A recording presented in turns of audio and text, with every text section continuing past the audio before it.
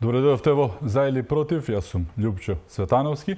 Честит ден на македонскиот јазик, да не е за многу години. Имам чест денеска мој гостин да биде професор доктор Наташа Котлар, историчар, директор на Државниот архив. Добре дојавте. Добро ве најдов.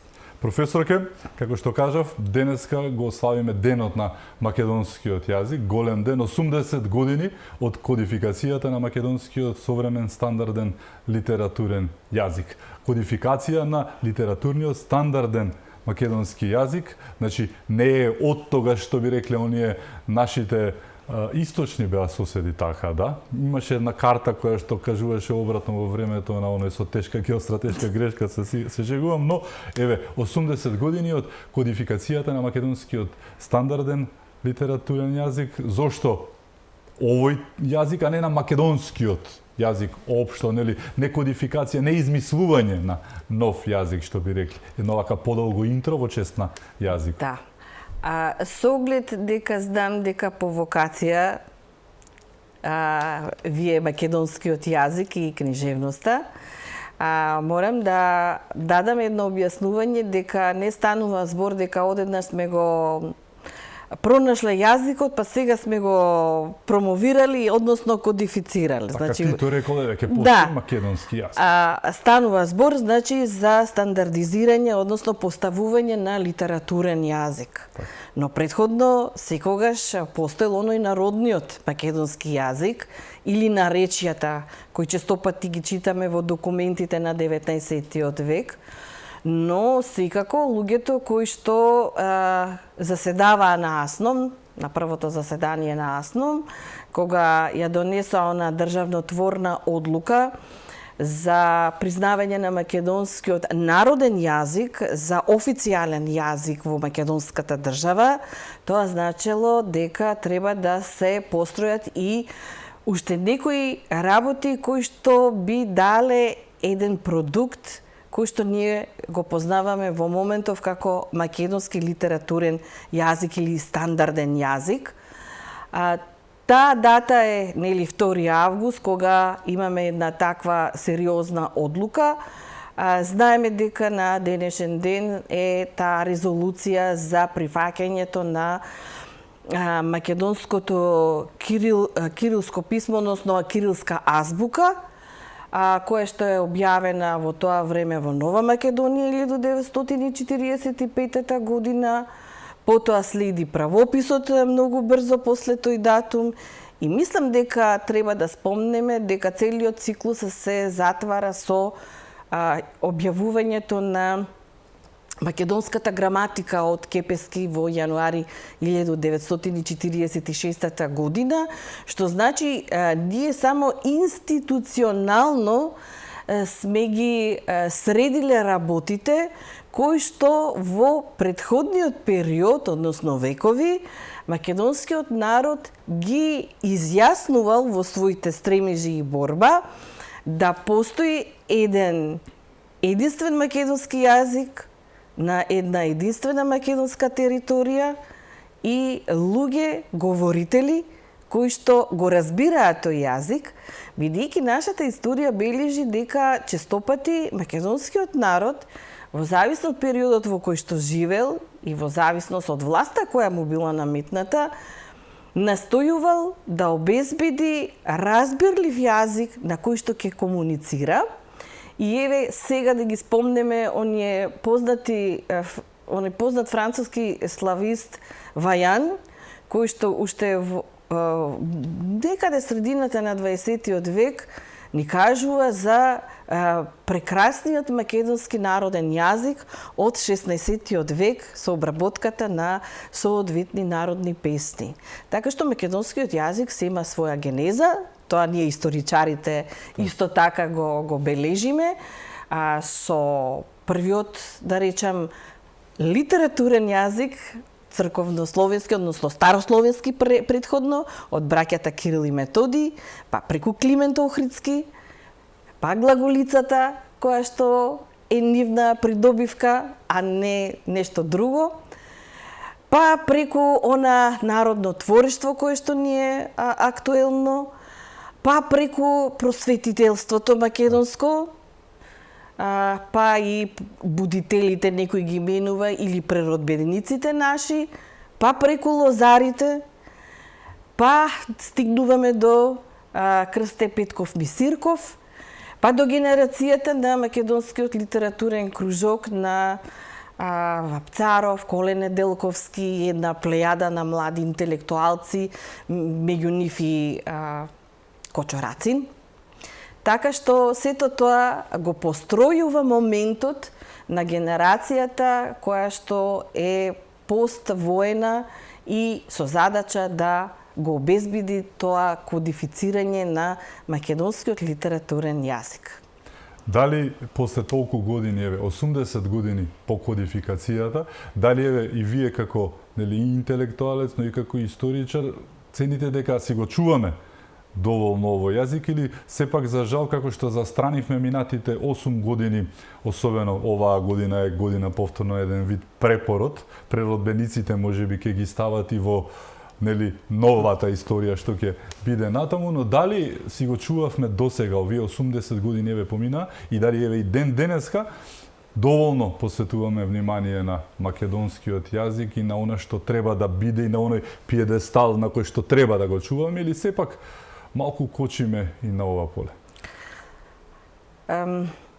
За мене е лесно да ви одговорам, бидејќи потекнувам од она наука што се именува како учителка на животот. Така што можам да бидам и строга во овој период. И во однос на ова прашање, сметам дека во периодот од 45-та година до 1991 година дека многу повеќе се внимаваше и на изразувањето, и на правилното говорење, и на правилното пишување, и на правилната дикција или акцентирањето, и на се она што представува македонски говорен и пишуван израз. Ние да не заборавиме во тој период, иако е тоа периодот во Југословенската заедница или периодот на социјалистичкото управување, имавме издавачки куќи кои што особено се грижеа и внимаваа на јазикот кој што се користи во тие отпечатени дела кои што тие ги презентираа. Низ тие книги ние како генерации се образувавме, се воспитувавме и го учевме правилниот македонски литературен јазик. Покрај тие издавачки куќи ние имавме и високо научни институции, тоа се факултетите и институтите кои што имаат научна своја задача, Македонската академија, Македонската радио и телевизија како единствен медиум во тој период со таква намена. И мислам дека во тој период многу повеќе се водеше грижа за македонскиот јазик и некаде по прогласувањето на независноста како да се како да си ја прифативме таа слободна атмосфера многу поедноставна и заборавивме што представува нашата генерацијска обврска. Дека треба да се грижиме и за јазикот, и за книжевност, односно литературата, за културата, историјата, фолклорот, бидејќи тоа се елементите кои на некој начин нас не прават посебни и различни од другите. Многу едноставно тоа му го препуштивме на негрижата, нашето едноставно игнорирање на тие нешта, кои што сега ни се одразуваат во неправилно зборување, во неправилно читање, во губењето на младите генерации да бидат говорители и творци на тој јазик. И морам да признам дека тука секако влијае и она политичка комоција или негрижа, која што се случува од 91-та година па натаму, бидејќи без разлика што се воспостави тој повеќе партиски систем, тој повеќе партиски систем заборави на основните атрибути, но и чинители на она што представува наша сувереност. Јазик, литература, историја, култура. И затоа имавме проблеми, како што спомнавте, од типот на големи геостратешки грешки. Оние 7 години, јас ги нарекувам темниот период во македонската посовремена историја. Имавме и една случка која што беше преседан, предпоставувам и во светски рамки.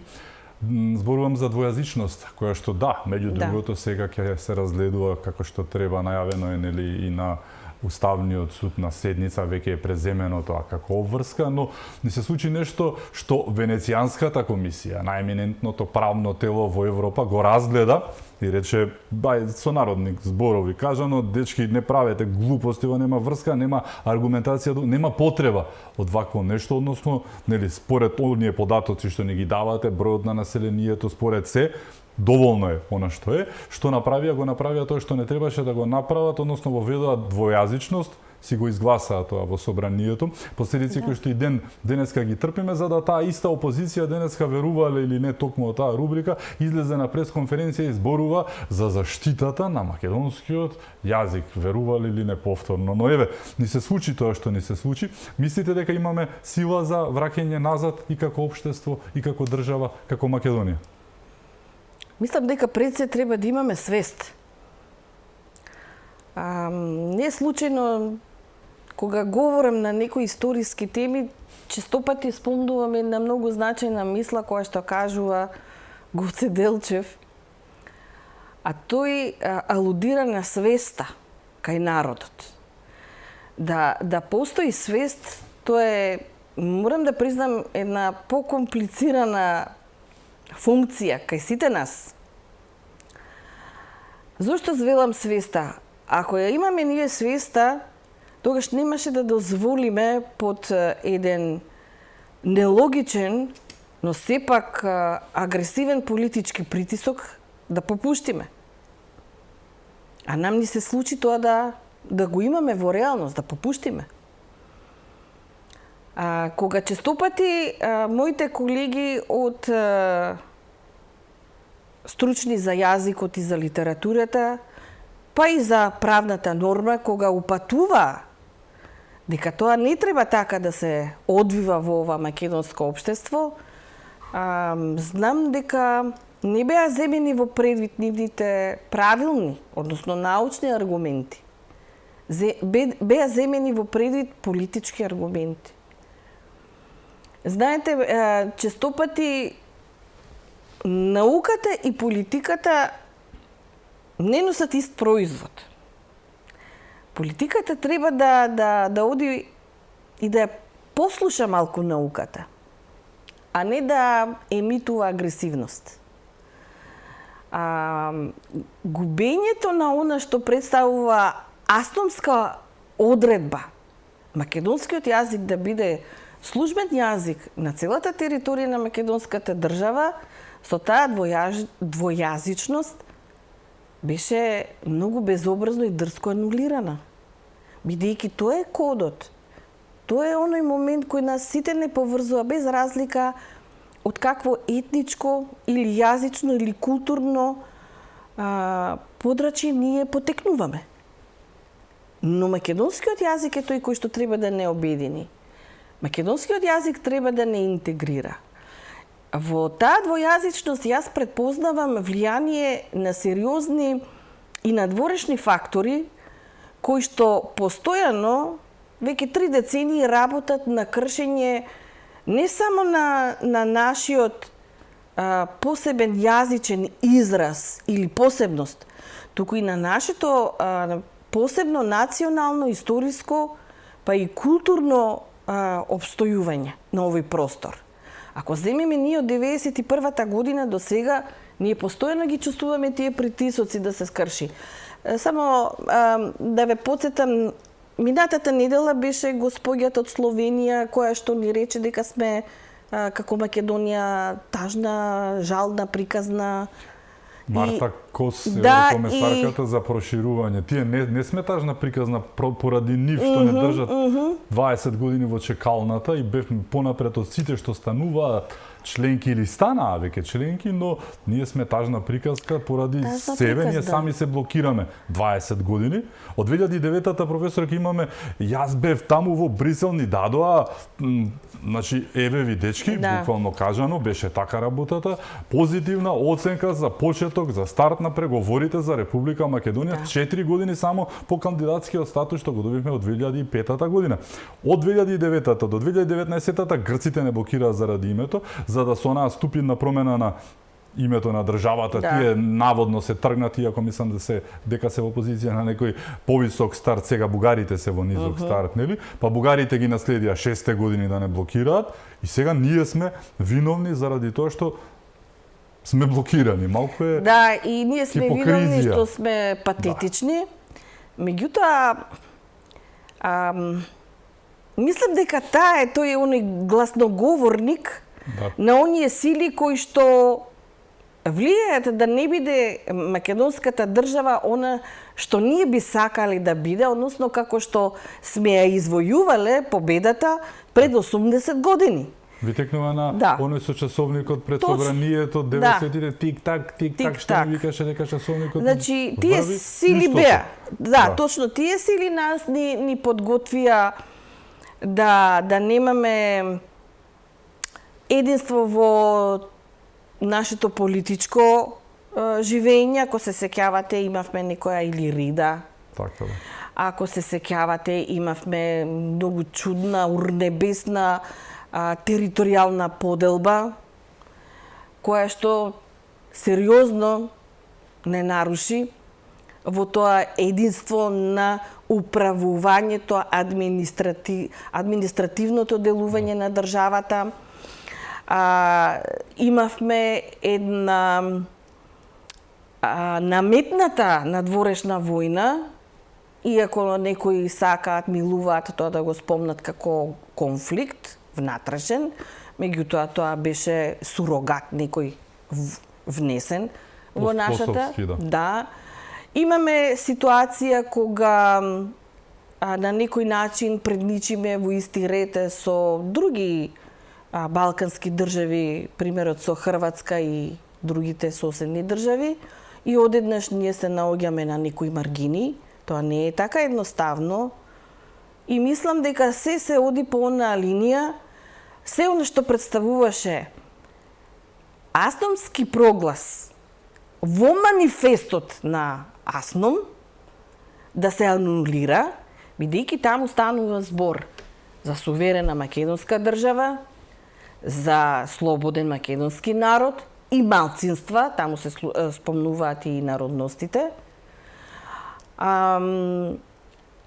Да нема издвојување или истакнување или афирмирање на македонскиот јазик и литература, односно се што чини една посебност да биде анулирана, за да на некој начин се поклопат политичките проекции на она што представуваше Букурешки мировен договор. Бидејќи територијата навистина беше поделена, но проблем настана со народот. Иако го разместува, подпишува разни декларации, договори, мигрираше население од еден крај во друг крај, меѓутоа населението беше проблем. А особено беше проблем ако забележите што тоа македонско население не беше инкорпорирано во нивниот социјално-економски, политички простор на соодветен начин, туку беше на маргините. Значи, беше нешто посебно.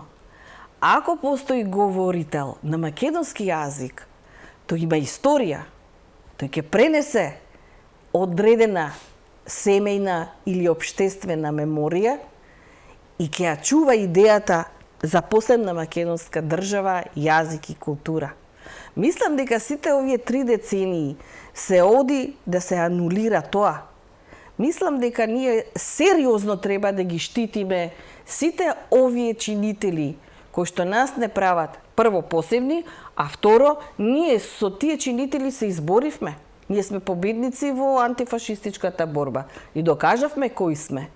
Меѓутоа, Сега мислам дека е моментот сериозно да се свртиме кон нашиот суверенистички пристап и да го одбраниме она што претходните генерации се бореле и ги дале своите животи за да имаме слобода, да имаме држава и да имаме самостоен живот без разлика што е на овој мал периметар наречен Република Македонија.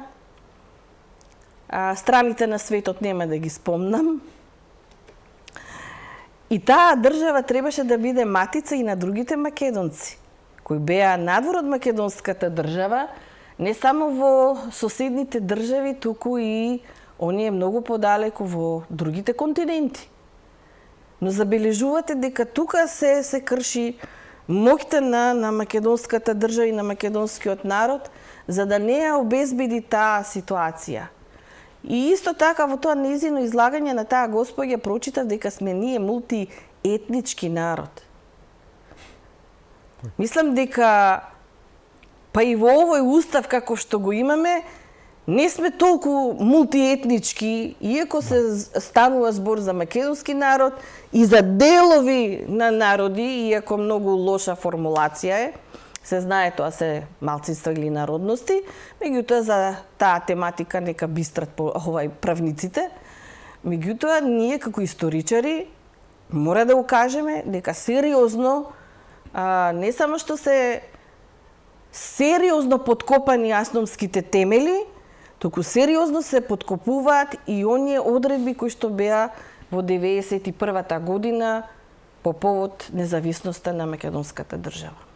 Тоа е она европската бирократија, професорке. Таа е Словенка. Таа многу добро знае кои се македонците, зошто сме, каде сме и кога би дошло како представник на Словенија, а не како представник на Европската Унија, би зборувала многу поинаку. Истото се случуваше со нејзиниот претходник Вархеј, кој што доаѓаше од Унгарија. Едното ќе го слушнете од Орбан, реалноста, вистината, ќе го слушнете Вархеј, се чудите што зборува човеков не е унгарец. Марта Коски речете нема шанси оваа да е словенка, нели?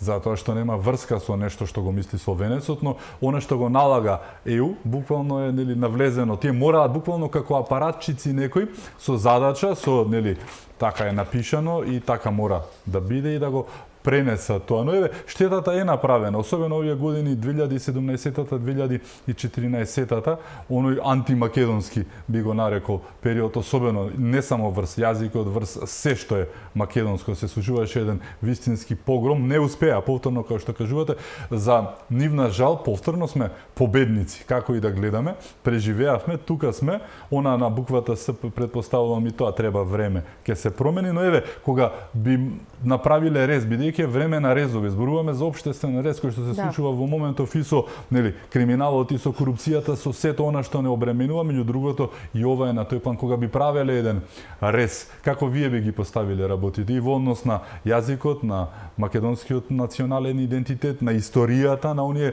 вистинските вредности, како би ги вратиле најлесно назад, кога би правеле еден рез после сето ова што ни се случува. Се прави резот во моментов споредбено, да не зборуваме како беше, тоа беше катастрофа, резил жив издржавме 7 години, нели? Но еве кога вие би правеле еден рез, како би го направиле тој рез? Прво би ги послушала мудрите луѓе. Так. Кога велам мудрите луѓе, мислам на оние со големо искуство и практично, но и политичко, но особено културно искуство. Знаете, не случајно филозофијата е мајка на науките, уште од античко време. Ако ние во нашево современо живење, па и нашево современо делување, не ги примениме сите придобивки на мудрата поука, тогаш не би имале визија.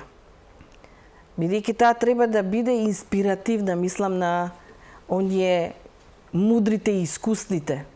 Треба да ни определат визијата. Мојата визија е, сметам дека треба да се потпреме на она што представува наша особеност.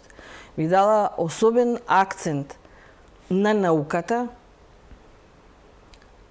но сериозен акцент, не декларативен. Науката треба да биде онаа која што треба да не води.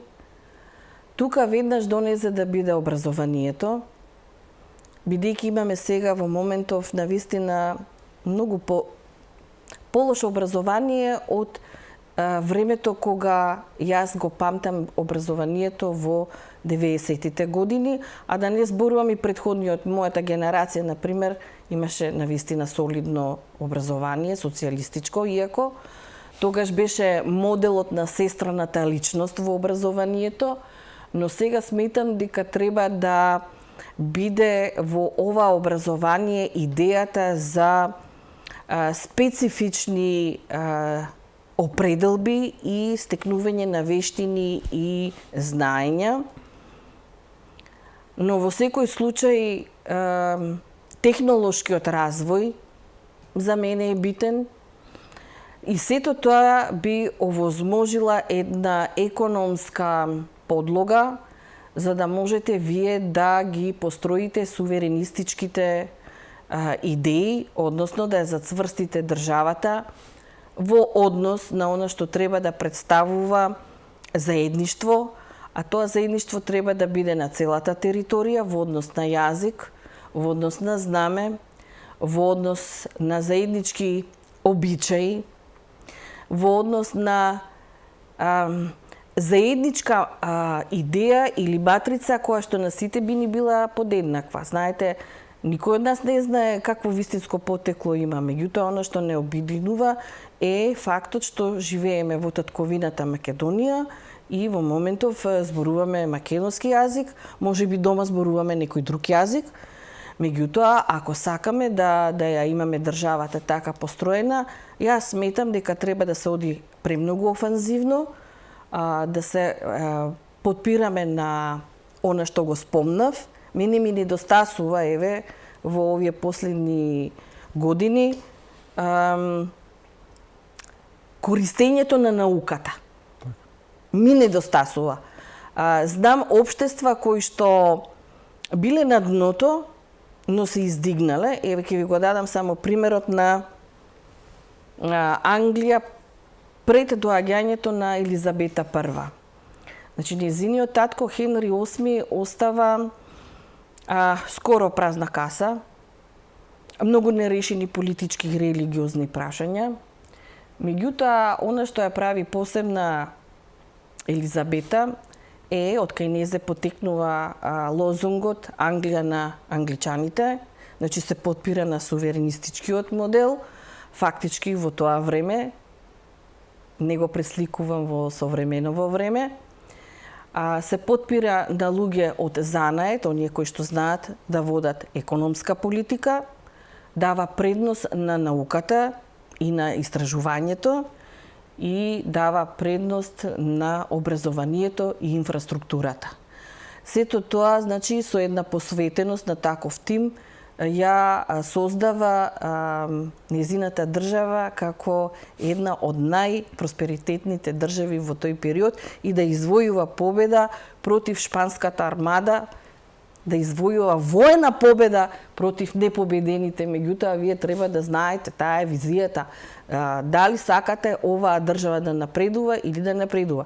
И морам да признам, била немилосрдна кон коруптивни и недозволени однесувања во однос на државните интереси. Да си увеземе една кралица. Да. Но кога зборувате за мудреците, мене веднаш ми текна на оние македонски горостаси на полето на книжевноста. Зборувам за Горан Стефановски, за Анте Поповски, за Петре Андреевски, за Гане Тодоровски, многу умина ги има.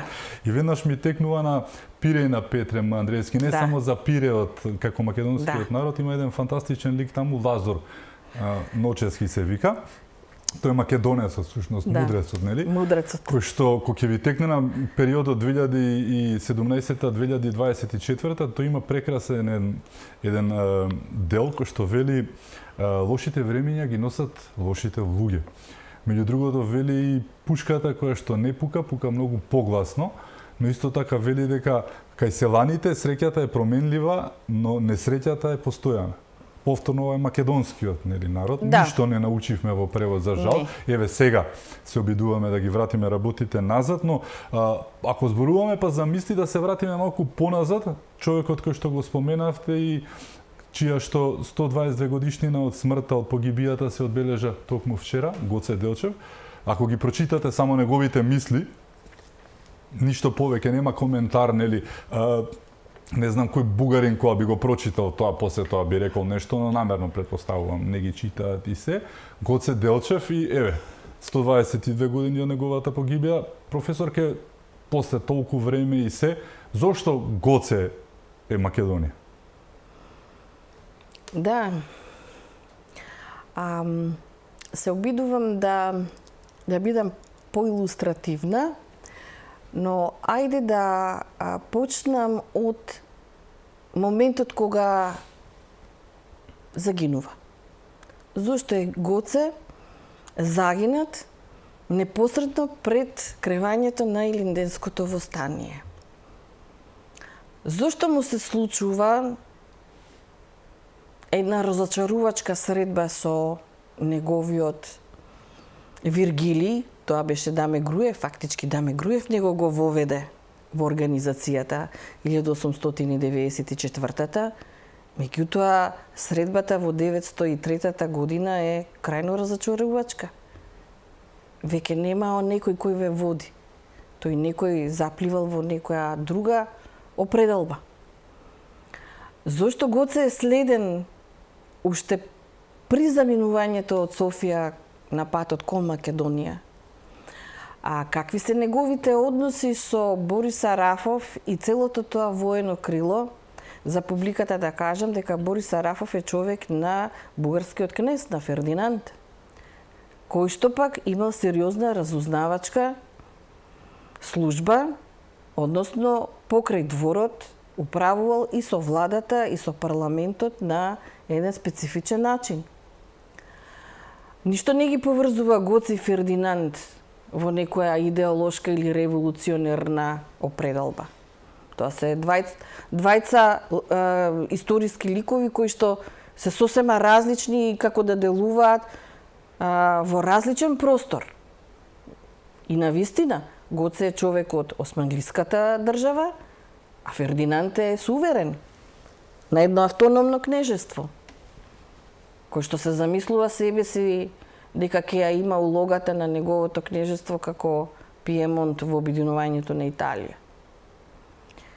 Зошто е следењето негово и токму се случува во моментот кога тој сака да се види со Серчани, односно најчистото македонско крило во Македонската револуционерна организација предводена од Јане Сандански.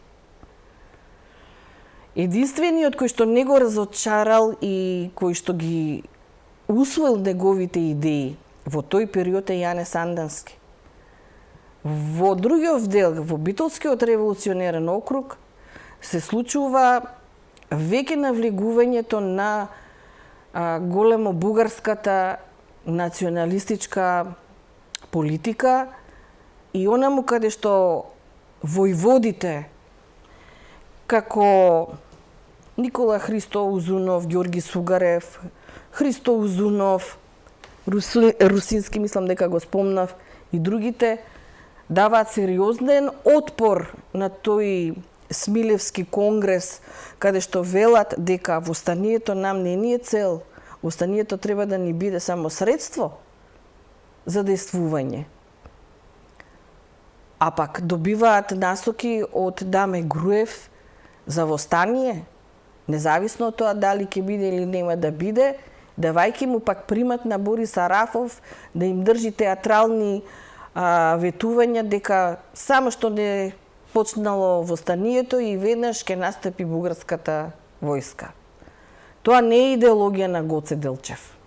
Гоце Делчев е се што е обратно од ова сега што ви го посочив што се случувало во Битолскиот револуционерен округ. Имаме прекрасни таму војводи кои што цело време работат и на преродба, односно на образба на селското македонско население, па преку тоа и да му овозможат соодветна наобразба на населението.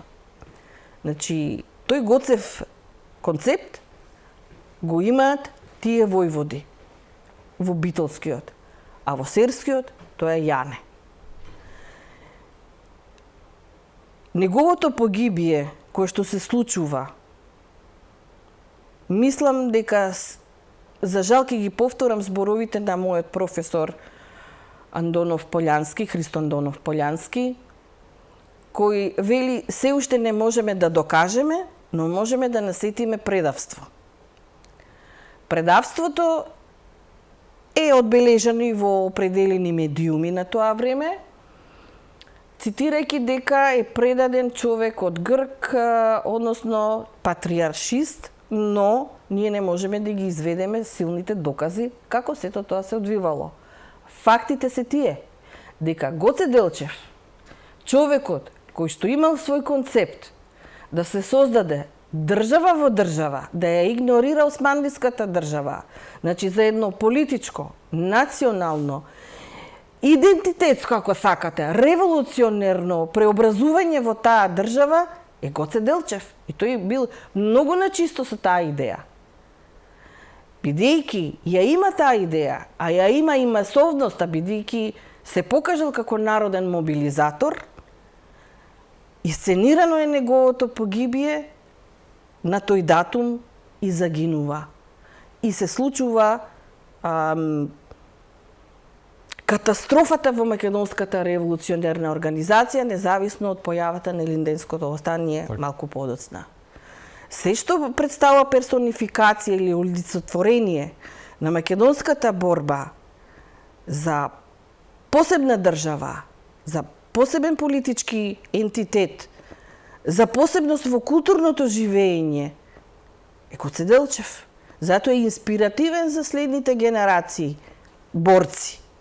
И во периодот меѓу двете светски војни, а посебно во времето на Втората светска војна. Одредите со неговото име. Не случајно и го заслужува своето име да биде присутно и во химната на наша актуелна, која што преверувам после може и да разговараме што би значило бугари во уставот. Ако Гоце ни е во нашата химна, кој што е олицетворение на она што представува македонска посебност и македонски видици и визии како треба да се живее и како треба да се настапува на овој балкански простор. Една интересна работа која што гледано од страна, ако ги ставите последните неколку години, ако приметивте, лани веќе падна она еуфорија бугарска, а годинава ја нема никаде. Се сеќавате пред 3-4 години во времето на владењето на СДСМ каква канонада имавме од бугарски оние, како да ги наречам, не знам, тие националните келепури, шовинисти, што и да беа тука, што доаѓаа, правеа ѓурулти, не на граници, не на гробот на апостолот и сето тоа. Како наеднаш ги снема професор, ке видоа дека нема интерес, пробуваа тогаш за времето додека беа СДСМ да се наметнат, а сега знаат дека Бадијава име нема да им помине тоа, па се тргнаа на страна. Што се промени толку за освен власта? Мислам дека тие сменаа тактиката. Да. Стратешката нивна определба за асимилација, целосна асимилација, зборувам на јазик, на култура, на историја, а се под атрибутот македонски, целосно да се асимилира. Стратегијата е таа е пропишана, тоа е познато, постојат тие нивни книги со дебели корици и страници, само тактиката е сменета. Затоа сега мек пристап сега и пристапот бугари во устав. Добри. Так. Па што ќе добиеме, па што ќе изгубиме. Па мислам дека пред некој ден прочитав, па зошто не ни се дозволува и ние како бугари да се определуваме и да бидеме присутни во уставот. Никој не им забранува. Проблемот е што тие им забрануваат на македонците да бидат македонци и во македонската држава, но и надвор од македонската држава. Има декларација на бугарскиот парламент унисоно подпишана за непостоење на македонскиот народ, македонската нација, македонскиот јазик, македонска историја. И сега ние не знам што преговараме воопшто.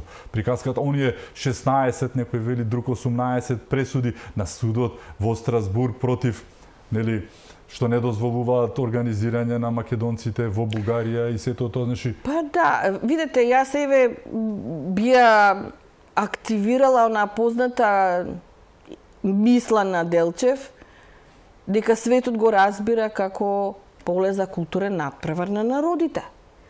Ете, на нашите добри соседи им ја понудила таа алтернатива да ги отвориме границите, да си признаеме едни на други кои сме и што сме, да отпочнеме едно културно живење, еден културен надпревар. Културниот надпревар подразбира многу функции и многу действија. Па да видиме како тогаш ќе функционира Балканот. Дали навистина сме зрели за такво нешто? Немате чувство дека намерно со години, децении се спречува еве културниот проток и блискоста меѓу народите. На Клепало е затворено, а Маркова нога исто така, замислете, затворена и никој не може да најде за сходно да направи една зградичка од едната и другата страна, тоа е децении и децении, и кај грците и кај бугарите. И што се случува? Одите во Пили, јас се сеќавам 2008-та Груевски, Папандреу и Бериша. На тромеѓето се сретна. Знаете што ни се случи? Додека ние бевме македонски новинари на едната страна и полека ги пуштаа грчките, албанските, па ние, ни дојде грчки полицаец со чинови и не погледна и рече: македонци сте, на чист македонски изворен, и ни рече: ништо да не им верувате на ова, грците ве лажат. Каже некои полоши зборови, си замине, ние останавме вака. Потоа одевме, баравме да се вклучиме, тоаш бев со Сител, да се вклучиме за сателитски на линк, не можевме да најдеме, дојдоа полицајци повторно, погледнаа лево, десно. Македонци сте, да не гледа некој, одите таму, тука нема да фатите. Тие не се декларираат како македонци, да не се лажеме, тој нема да стане инспектор или не знам каков чауш во полицијата, ако се декларира како македонец, ниту пак тие ќе бидат полицајци, таму врие македонци. Бевме во Пили селото, вриеше вака, а потоа ќе видите на бројките, 4500, 3200 македонци, тикви варени со расол, би рекол народот, нели? Па ја затоа велам, Бугарија, ајде да го направиме примерот, нели, на Бенелукс. Ете, ќе бидеме воспитани, ќе бидеме авангардни, ќе бидеме европејски настроени, ќе си ги отвориме границите, нека ни признаат тоа што треба нам да ни признаат, ние да им признаеме тоа што треба да им се признае, да се видиме, да се подружиме, да видиме кај се имотите на луѓето, бидејќи мислам дека првото големо чистење народно од егејскиот дел на Македонија ние во периодот на Балканските војни, односно јас тоа што го велам периодот на војните од 2012 до 1923 со тие договорите што ги прават.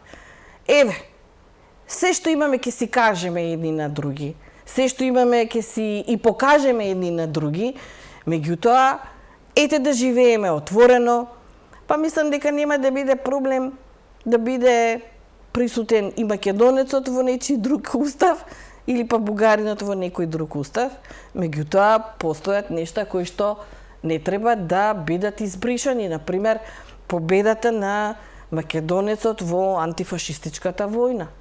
И врз кого и околу кого, борејќи се со кого. Знаете, мене сега денеска баш се размислував кога бев присутна на одбележувањето во собранието за 80 години по повод кодификацијата на македонскиот литературен јазик, а никој не спомна дека токму оваа година имаме и 80 години над победата над фашизмот. А ние бевме учесници, ние бевме победници во таа борба. И тоа треба многу смело и сериозно и јавно да го кажуваме. Не е веќе ден на Европа и победата над фашизмот, само ден на Европа. Ма каква е Европа? Так. Европа чекаше да слушни каков е исходот во Курск во пролета 1943 година и кога виде дека веќе руската војска ќе настапува многу сериозно кон запад, тогаш го измисли оној ден Д во Нормандија, каде што едно чудо луѓе испозагина само на некој начин да се појават на воениот театар покрај русите, бидејќи целата работа тие ќе ја завршеа. Без разлика. 25 милиони жртви од Советскиот сојуз, тоа не е шега. Секое семејство е засегнато. Да. Так. Имаме уште теми за отворање. Со нас е професор доктор Наташа Котвар. Се враќаме веднаш по рекламите. Останете со нас.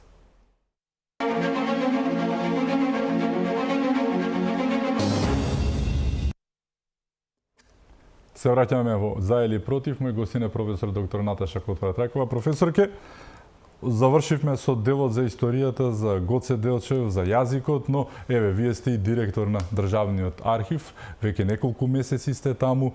Затекнавте тоа што затекнавте, не затекнавте розова ситуација, како и кој е било поле институција во Македонија за жал, но еве, каква е ситуацијата во моментов во однос на Државниот архив, една многу битна институција за Македонија, не само за Македонија, многу пошироко. Знаете, јас често пати велам дека ако Народна банка е трезорот, наједноставно речено, на парите, Так. а Државниот архив е трезорот на документите, меѓутоа пари или ќе исковате, или ќе отпечатите, но документи не може да создадете други. Тие се. Јас го познавам архивот, често пати ми се случува од некои луѓе, недобронамерници, да бидам окарактеризирана како не си наша, наводно не произлегувам од внатрешната средина на архивот. Так, не сте родени во архивот, Да, за жал. меѓутоа, јас со Работели архивот нешто друго. сум израснала, сум се образовала, бидејќи 93-та година, кога се вработи во Институтот за национална историја, ние бевме две институции комплементарни во архивска зграда по сите стандарди за архивско работење. Секој истражувач од тој период, кој сакал да создаде научно дело, дали да биде тоа магистарска или докторска, морал да влегува и да се запознава со сите можни нешта што ги содржи архивот, и од документација, и од начин на чување на документи, и од начин на користење на документи. И тоа сме го имале како две куќи до 2012 година. Што значи, од прилика скоро 2 децении сум израснала со сите добри и лоши страни на нашето заедничко живење. Го познавав архивот од аспект на истражувач, а сега го знам архивот од аспект на раководител. Што не сум среќна, бидејќи знам дека архивот бележеше големи успеси во тие 2 децении, 90-тите, 2000-те години, и можеше архивот да се носи со сличните архиви од југословенската заедница. Дури и по некои прашања дознавам од постарите колеги дека сме биле и први.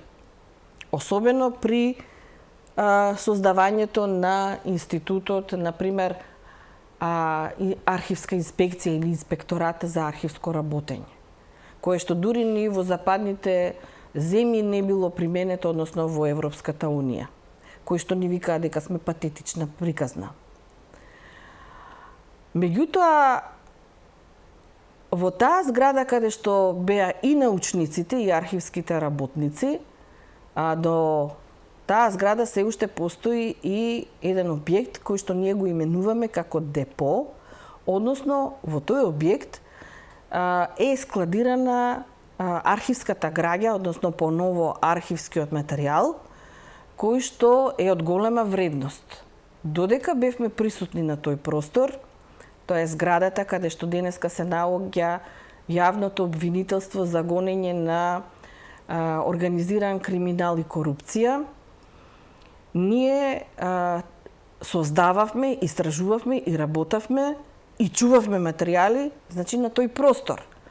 Односно, во објектот кој што е изграден во 1969 година по швајцарски проект, кој што ги содржи сите параметри, односно стандарди за архивско работење. Од дебелина на ѕидови, од влажност, од температура, од провев, од исклучување на водоводни и одводни цевки и сето тоа, со специјални безбедносни системи во депото, како може да се влезе и како може да се изнесе материјал. Значи, тоа беше организирано од прва категорија. Не знам зошто владата во 2012 година мислам дека се работи за многу лоша одлука.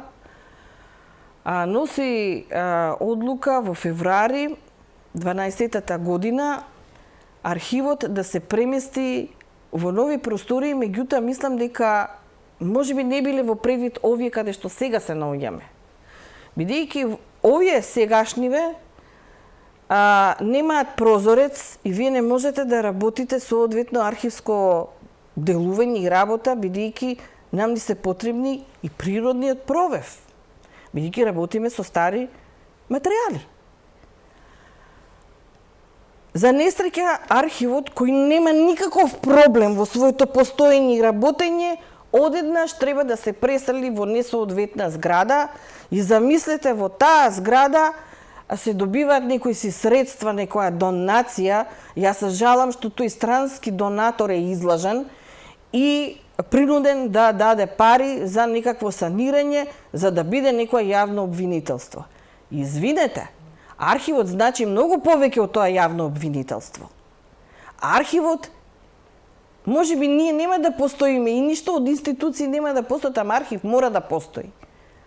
Тоа е јадрото и центарот на се она што представува и државна и национална меморија. За жал, до ден денес јас немам одговор, освен едни патетични изрази на некои луѓе кои што во моментот представуваат власт, дека не смем да размислувам за обновување или враќање на архивот, да мислам за некои други години. Во ред, јас ке мислам за другите години. Еве, 26-та доаѓа. И 27-та доаѓа. Дали ние како генерација ќе се срамиме пред сите ние, наши граѓани и општественици, дека фактички ние немаме архив?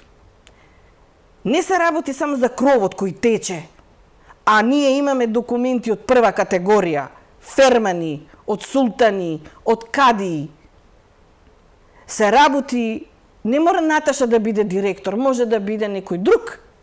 Меѓутоа, проблемот општествен и државен ќе биде. Ние немаме соодветна архивска зграда, не затоа што некој сака да седи таму и да ужива. Треба да се заштити архивското богатство, нашето наследство. Сега превземавме мерки, старото депо некако да го санираме и мора да биде приоритет на оваа држава, на оваа раководство, па и на некое идно раководство, дека архивот мора да си биде во својата зграда. Има некои предлози да биде на друго место. Архивот си има своја зграда. Ако треба да оди некој на друго место, нека си оди на друго место.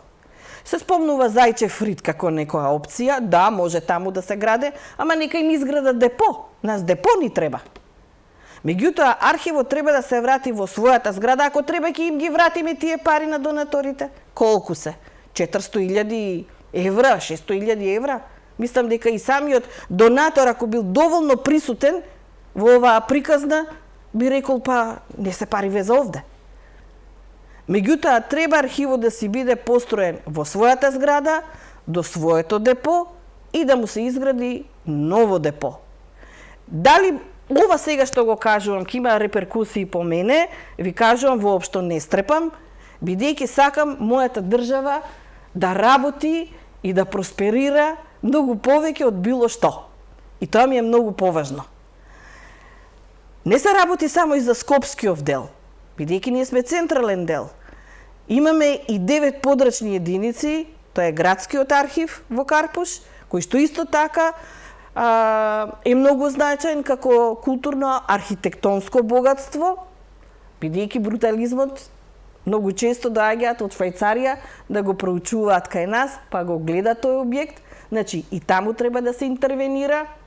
Треба да се интервенира сериозно во Тетово и во Струмица, бидејќи веќе имаме влага во темелите и тоа е погумно по документацијата. И исто така во Штип, Прилеп, Велес, Битола, Охрид, Куманово. Мора државата, повторно ќе речем, не мора Наташа да биде нека биде некој друг раководител, но тој раководител мора да се грижи за државното добро, за институциите. Мора ова да биде санирано, средено и безбедносно организирано, бидејќи сега ни се налага моментот за дигиталната трансформација. Ние сакаме да примениме нови технологии во застарени, несоодветни објекти. Морам да признам дека луѓето си ја работат својата работа колку што можат и во тие нездрави услови, дури даваат голем придонес во создавањето на новиот закон за архивско работење. Наидуваме на некои проблеми, но јас сум задоволна бидејќи нашата упорност да имаме соодветен простор и заштита на државното, институционалното и националното богатство е пред се и над се.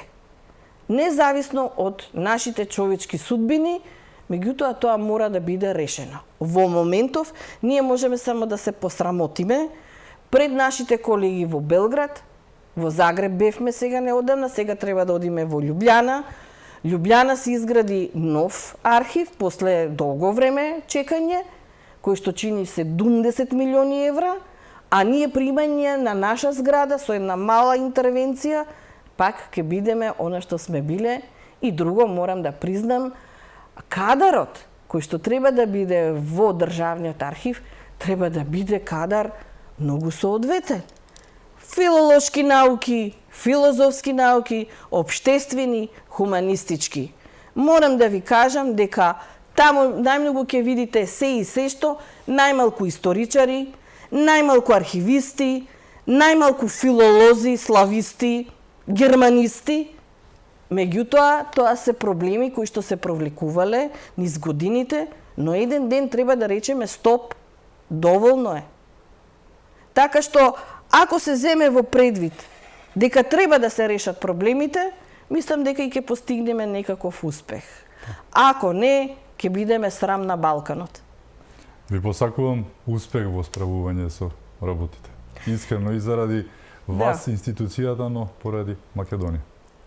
Па ете, пак да се вратиме на Гоце Делчев. Културен надпревар. И ова е културен надпревар. Ама ако некој има свест, како што рекол исто така со Гоце Делчев, свеста е многу битна. Фала ви за поканата. Ви благодарам што бевте моја гостинка. Ми беше чест. Фала. Ви благодарам и вам што бевте со нас, уште еднаш, да ни е честит денот на македонскиот јазик, да ни е за многу години и векови, Македонија да ни е вечна.